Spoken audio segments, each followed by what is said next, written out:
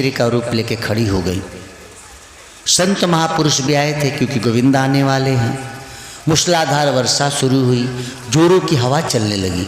संतों ने कहा, सब रंग में भंग डालने लगे।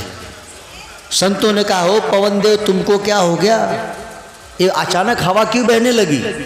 पवन देव ने कहा कि महापुरुषों, रामा अवतार में मेरे पुत्र हनुमान ने सेवा किया था, इस अवतार में मैं खुद इनकी सेवा करूंगा, इसलिए मैं सेवा में उपस्थित हुआ हूँ कि प्रभु पधारो। आप जब गाय चराएंगे और आपको जब गर्मी से पसीना होगा तो मैं पवन देव हवाओं के द्वारा आपको शीतलता पहुंचाऊंगा। आइए प्रभु, हम आपके स्वागत में खड़े हैं।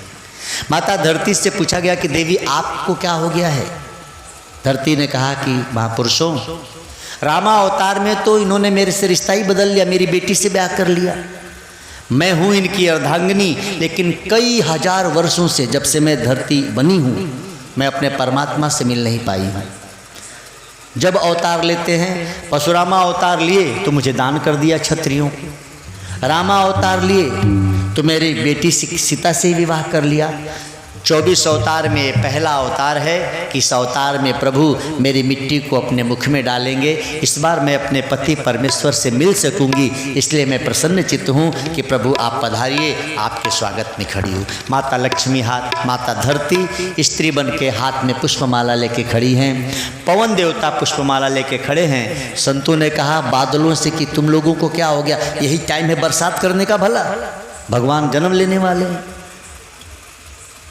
मेघों ने कहा कि सुनो महापुरुषों, जब हम जल लेने जाते थे सागर से तो जल लेके बरसात करते हैं, तो जब हम जल लेने जाते थे सागर से तो कहते थे कि भाई सुनो, तुम्हारे ही अंदर भगवान विराजमान है, जरा एक बार दर्शन करा दो। ये सागर हमसे कहता था कि तुम्हारे अभी इतने पुण्य नहीं है कि तुम भगवान के दर्शन करो, ले जाओ पानी, बरसात करो, अभी पुण्य कमाओ, जब समय आएगा तो दर्शन करा देंगे। कई 100 बरस से हम तपस्या कर रहे थे, लेकिन सागर ने कभी परमात्मा का दर्शन नहीं कराया। आज मानो बरसात करने का हमारा पुण्य एकत्र हुआ है। प्रभु परमात्मा नारायण स्वयं कृष्ण रूप में आ रहे हैं, इसलिए हम दर्शन करने के लिए उपस्थित हुए हैं। जिसके पास जो है वही तो देगा। हम बादलों के पास पानी है, हम प्रभु के स्वागत में पानी बरसा रहे हैं, तो क्या गलत कर रहे हैं? संतों ने कहा कि तुम्हारे पानी से परेशानी हमको है। बादलों ने कहा आपको भले हो, हम तो प्रभु के प्यार में आए हैं भाई। सारी नदियाँ स्त्री का रूप लेकर उपस्थित हुई हैं। पवन देवता, धरती माता, बादल, सब के सब उपस्थित हुए। भगवान का पावन समय आया है। भगवान तन पर पीताम्बरी डाले, जैसे ही धरती की तरफ प्रस्थान करने को किया तो देखा कि जेल में पहले से ही 5 लोग खड़े हैं, शिव, पार्वती, ब्रह्मा, सरस्वती, नारद जी। भगवान ने प्रणाम किया, पिताश्री मैंने कहा था आप अकेले आइएगा, इतनी बड़ी पलचन साथ लेके आए। ध्यान से समझेंगे, जैसे आप फोन से बात करते हैं तो आप किससे बात कर रहे हैं आप जानते हैं, उधर वाला जानता है, बगल में जो मित्र बैठा होता है वो भी नहीं जान पाता, पूछता है कि किसका फ़ोन है। ऐसे ही बात हो रही शिव और कृष्ण के बीच में, पार्वती जी को पता है, न ब्रह्मा जी को, न सरस्वती को। जब आज के सेल फोन में व्यवस्था है तो सोचिए उस समय भी ऐसी व्यवस्था रही होगी ना। शिव और भगवान कृष्ण का संवाद चल रहा है। भगवान कृष्ण ने कहा प्रभु मैंने कहा था कि चुपके से मुझे अवतार लेना है, कंस मामा जान न जाए, तो आप इतने लोगों को लेकर आए हैं। भगवान शिव ने कहा प्रभु गलती मेरी नहीं है, गलती मेरे त्रिशूल में बधी डमरू की है। न डमरू बजी होती न पार्वती जगी होती। अच्छा, पार्वती चूंकि मेरी धर्म पत्नी है, विवाह के समय यह संकल्प कराता है ब्राह्मण कि देव दर्शन को जाना तो पत्नी को साथ लेके जाना, तीर्थों में जाना तो पत्नी को साथ लेके जाना, कथा सुनने जाना तो पत्नी को साथ लेके जाना।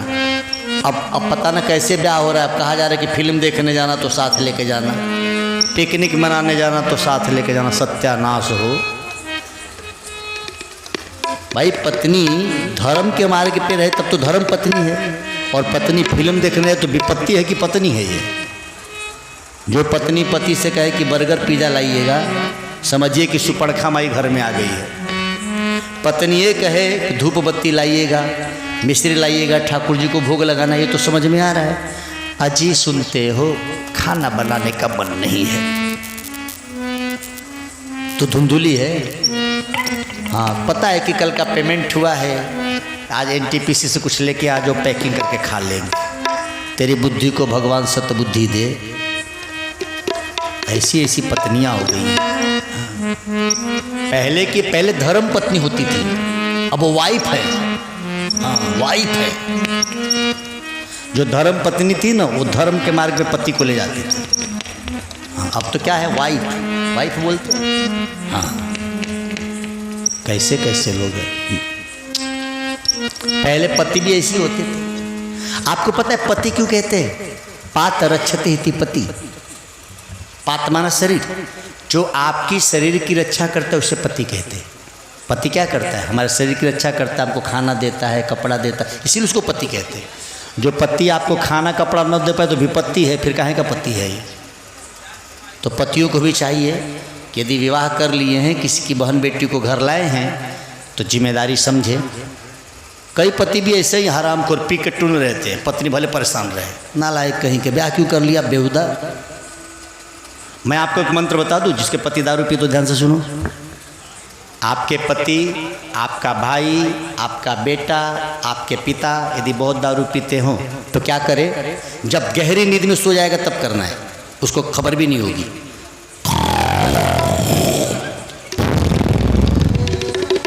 गहरी नींद, जब गहरी नींद में आदमी सो जाए ना, सुन नहीं रहे हो तो नहीं बताऊंगा।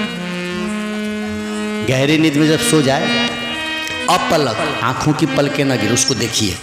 लगभग 18 अंगुल दूर, आपकी श्वास लगभग 18 अंगुल तक जाती है, ठीक है?